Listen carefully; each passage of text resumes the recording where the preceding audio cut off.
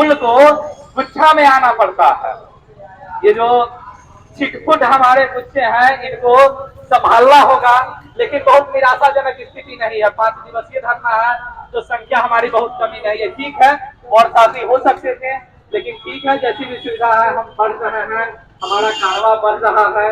जब आजादी के दिनों में कुछ लोग लड़ रहे थे तो अस्तित्व के दिनों में कैसे संभाल सकते हैं? उस समय तो देश का प्रश्न था, उस समय भी सभी नहीं लड़ रहे थे, कुछ को ही लड़ना पड़ रहा था।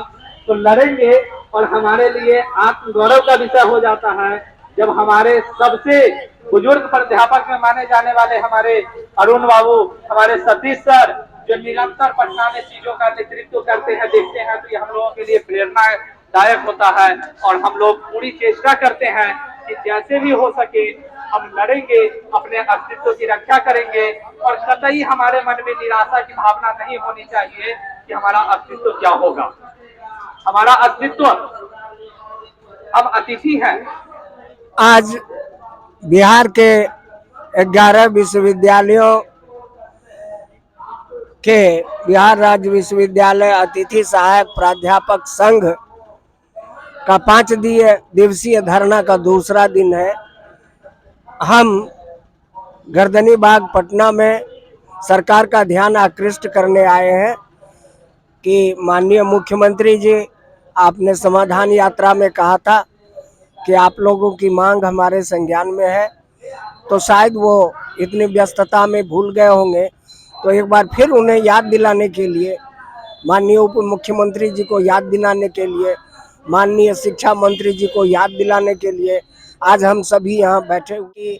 आपकी नज़रों में ही आपके जो नियम हैं, यूजीसी के जो नियम हैं, जो आयोग ने अर्हता योग्यता निर्धारित की है, जो चुनाव, जो उनके सिलेक्शन की प्रक्रिया होती है, वो भी बिल्कुल सारे के स्टैंडर्ड वही हैं। आपको शिक्षकों की बेहद आवश्यकता है। विश्वविद्यालय में छात्रों की संख्या बेशुमार है, लाखों लाख है, 30-40 लाख के आसपास है, और शिक्षक नगण्य है। आपके ही रिकॉर्ड के अनुसार 5000 5,500 शिक्षक है, और मुश्किल से 2500-2600 हम अतिथि सहायक प्राध्यापकगण हैं पूरे बिहार में। तो आप हमारी सेवा को क्यों नहीं नियमित करते हैं? हमें छोटी छोटी सुविधाएं भी नहीं है। आपने मुझे कोई छुट्टियां नहीं दी है। आपने महिलाओं के लिए जो आवश्यक जो अवकाश होता है प्रत्येक महीने, उसको भी आपने नहीं दिया है। हमको अन्य कोई सुविधा नहीं है, तो ये कैसे काम चलेगा? और आप सोचते हैं कि शिक्षा में गुणात्मक विकास हो, तो गुणात्मक सुविधा भी तो उत्पन्न करनी होगी। ऐसे नहीं होता है।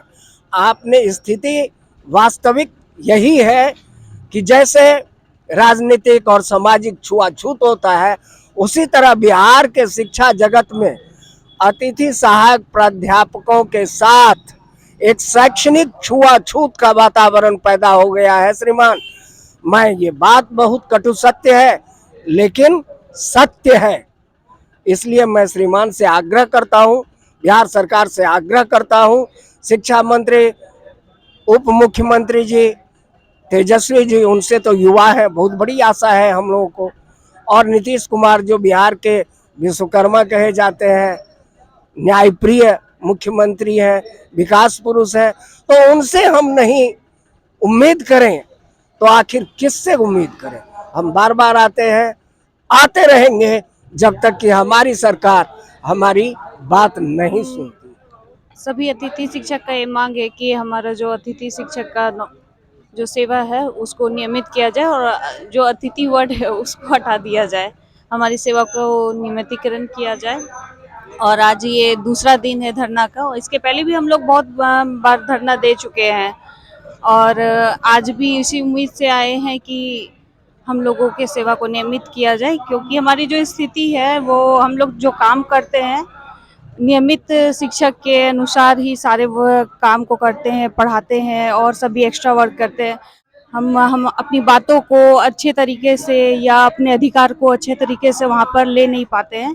इसीलिए हमारा जो मेन मुद्दा है सुरक्षा, हमारी जॉब की सुरक्षा, ठीक है, जिसके लिए हमारी सेवा का नियमितीकरण होना जरूरी हो, और इसी के लिए हम लोग यहाँ पर आज पहुँचे हुए हैं। जो जॉब का नेचर है वो टोटली अनसर्टेन है। तो हमारी जो गवर्नमेंट है उससे हमारी बेसिक डिमांड यही है कि हमारी जो यह अनसर्टेनिटी है हमारी जॉब में, इसे सिक्योर कर दे, क्योंकि हमने उन सभी योग्यताओं को फुलफिल किया है और फिर उन्हीं योग्यताओं के है ना माध्यम से यहाँ तक है, जिस माध्यम से सरकार बाकी के अस्थायी शिक्षकों की नियुक्ति करती है। तो यह जो अस्थायी और अस्थायी का जो बीच का डिफरेंस है, यह पार्ट बहुत गहरी है।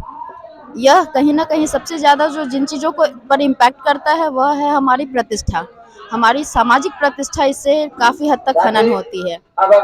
महाविद्यालय में हम सभी कामों को पूरी तरह निष्ठा और कर्तव्य के साथ करते हैं।